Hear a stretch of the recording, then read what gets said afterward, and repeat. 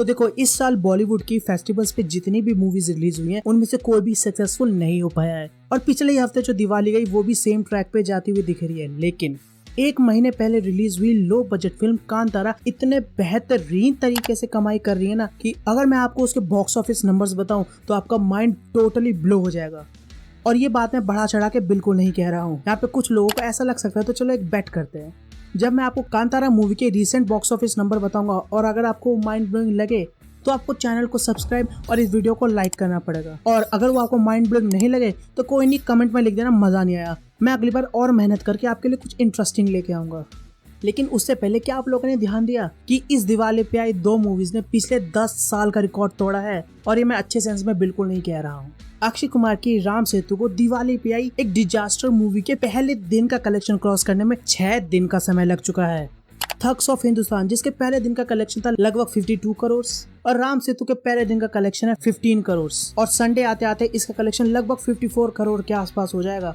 और यहाँ हम थैंक गॉड की तो बात ही नहीं कर रहे, क्योंकि बॉक्स ऑफिस फिगर्स को देख के लगता है कि इसका लाइफ टाइम कलेक्शन भी उसके फर्स्ट डे कलेक्शन से कम होने वाला है, जो कि एक मल्टी स्टारर मूवी के लिए, वो भी फेस्टिवल पे, दिवाली जैसे फेस्टिवल पे, बहुत ही ज्यादा स्ट्रेंज है। अब यहाँ पे कुछ लोग सोच सकते हैं कि ऐसा डिजास्टर तो 2022 में बहुत ही कॉमन है।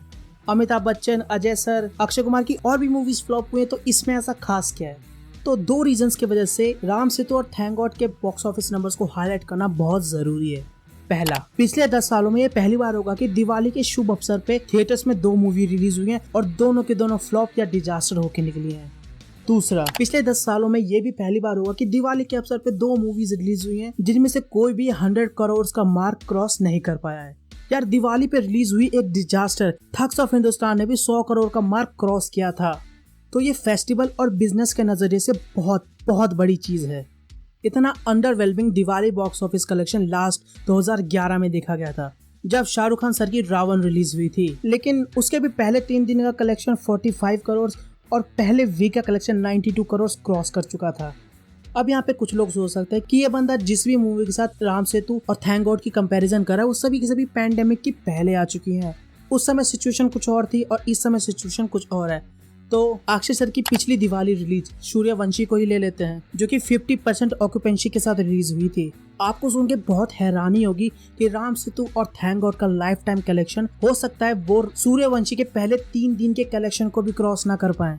तो बहुत बुरी हालत है बॉलीवुड की अभी। लेकिन अगर आप इसको सिर्फ 2022 के नजरिए से देखोगे तो ये उतना भी बुरा नहीं है। अक्षय सर और अजय सर की इस साल की पिछली मूवी से तो ये दोनों अच्छा ही परफॉर्म कर रहे हैं।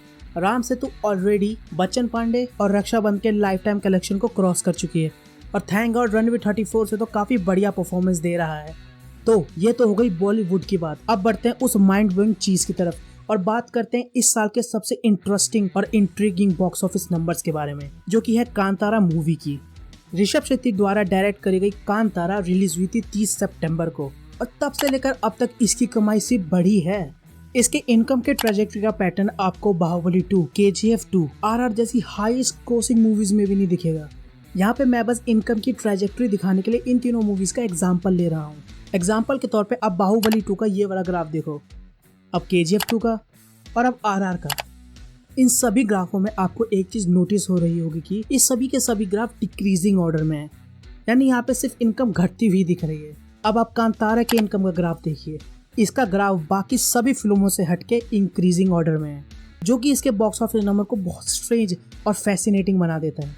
ध्यान से सुनो, कांतारा के 5th फ्राइडे की कमाई इसके फर्स्ट फ्राइडे की कमाई के 3 गुना से भी ज्यादा है। इसके फर्स्ट फ्राइडे की कमाई थी 1.95 करोड़ और इसके 5th फ्राइडे की कमाई 6.1 करोड़ है। कांतारा के जैसा ही मिलता जुलता ग्राफ शायद लास्ट 1994 में देखा गया था, जब सलमान खान और माधुरी दीक्षित की हम आपके है कौन रिलीज हुई थी। उसके भी लेटर वीक्स का कलेक्शन इनिशियल कलेक्शन से बहुत ज्यादा था, बहुत ही ज्यादा, जो कि उसको ऑल टाइम ब्लॉकबस्टर की कैटेगरी में काफी ऊंचा पोजीशन देती है। और अगर आप इसके बारे में थोड़ा और ध्यान से सोचोगे तो ये बहुत ही माइंड ब्लोइंग फिनोमेना है, क्योंकि मैंने यहाँ पे जितनी भी मूवीज के एग्जांपल लिए हैं उनके पास कोई ना कोई एक फैक्टर था जिसकी वजह से वो सक्सेसफुल बन पाए। एग्जांपल के तौर पे बाहुबली 2 के पास अपने बाहुबली 1 का एक बहुत ही बेहतरीन क्लिफ हैंगर था, जिसका आंसर पाने के लिए पूरा देश, पूरा हिंदुस्तान इंतजार कर रहा था। KGF 2 के पास था अपने पहले पार्ट की success, badass hero, badass villain और badass director. Last but not the least RR के पास था दो बहुत ही बड़े सुपरस्टार और राजा मौली सर का कॉन्फिडेंस, और इन सभी की मार्केटिंग भी बहुत जोरों शोरों से हुई थी। कांतारा के पास ऐसा कुछ खास नहीं था, उनके पास सिर्फ था एक बेहतरीन कंटेंट जिसके बलबूतों पे उन्होंने इतना बेहतरीन मुकाम हासिल किया। और अब तो ये अपने रिलीज के 30वें दिन 10 करोड़ कमाने वाली पहली मूवी बन चुकी है, और मेरे ख्याल से इसने KGF फर्स्ट का भी लाइफ टाइम कलेक्शन क्रॉस कर दिया है। तो अगर आपको कांतारे वाली ये चीज माइंड ब्लोइंग लगी तो बेट के अनुसार वीडियो को लाइक और चैनल को सब्सक्राइब जरूर कर लेना, और अगर माइंड ब्लोइंग नहीं लगी तो कमेंट में लिख दो मजा नहीं आया, अगली बार मैं थोड़ी और मेहनत करूंगा। ये थे मेरे विचार बॉक्स ऑफिस नंबर्स को लेके। आपके हिसाब से क्या रीजंस हो सकते हैं जिसके वजह से राम सेतु और थैंक गॉड के नंबर्स इतने कम है? नीचे कमेंट्स में बताना। वीडियो पसंद आए तो उसको लाइक करो, अपने दोस्तों के साथ शेयर, चैनल पे नए तो सब्सक्राइब भी कर लेना। तो मिलेंगे ऐसी किसी इंटरेस्टिंग वीडियो में, तब तक के लिए